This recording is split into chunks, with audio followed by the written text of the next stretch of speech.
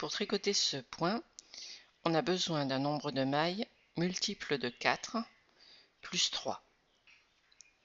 Donc là, je suis en train de monter 16 mailles plus 3, donc 19 mailles.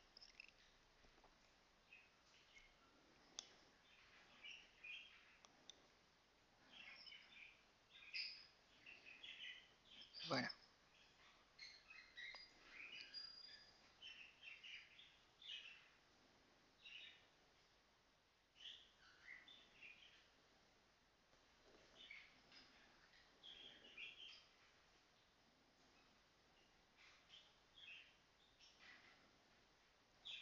Pour le premier rang, on tricote 3 mailles endroits,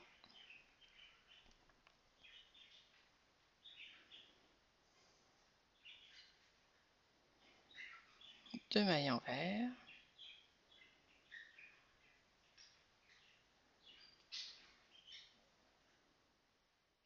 2 mailles endroits,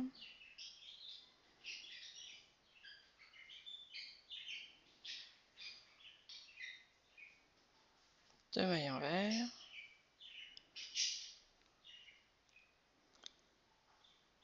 et ainsi de suite. 2 mailles endroits, 2 mailles envers, et je terminerai. Là, je me suis un petit peu plantée. Avec cette technique de montage de mailles, le premier rang est toujours un petit peu périlleux.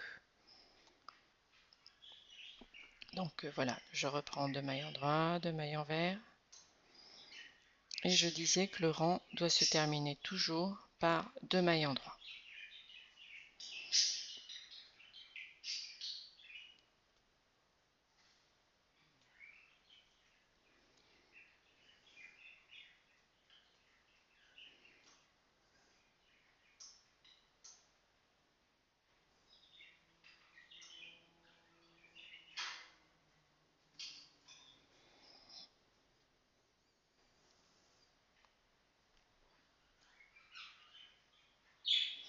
J'en profite à la fin du rang pour bien tendre le rang de montage, qui n'est fait que de boucles finalement. Alors, le deuxième rang, c'est exactement la même chose. 3 mailles endroits, 2 mailles envers, 2 mailles endroits, 2 mailles envers,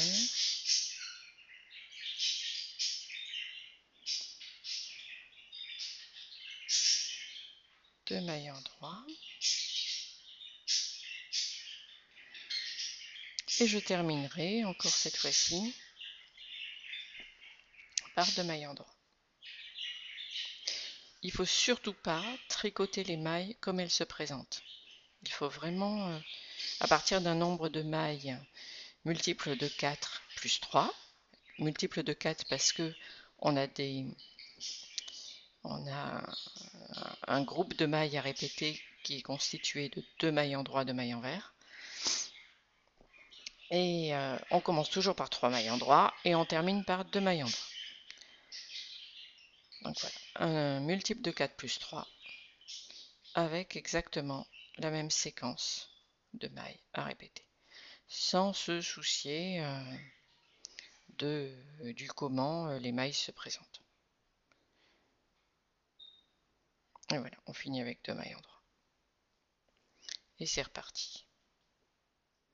Donc je vais tricoter quelques rangs pour montrer un petit peu l'effet que ça fait à la fin.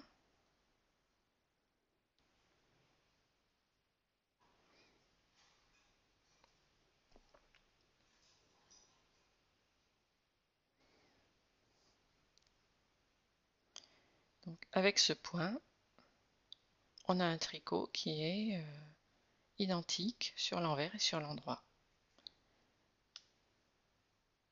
On dit que c'est un point réversible.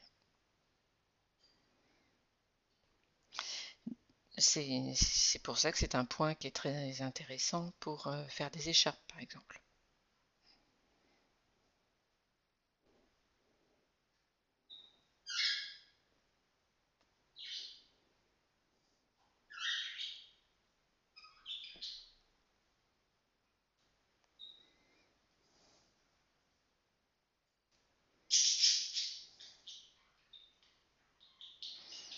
je ne vais pas vous faire la conversation jusqu'à la fin de la vidéo.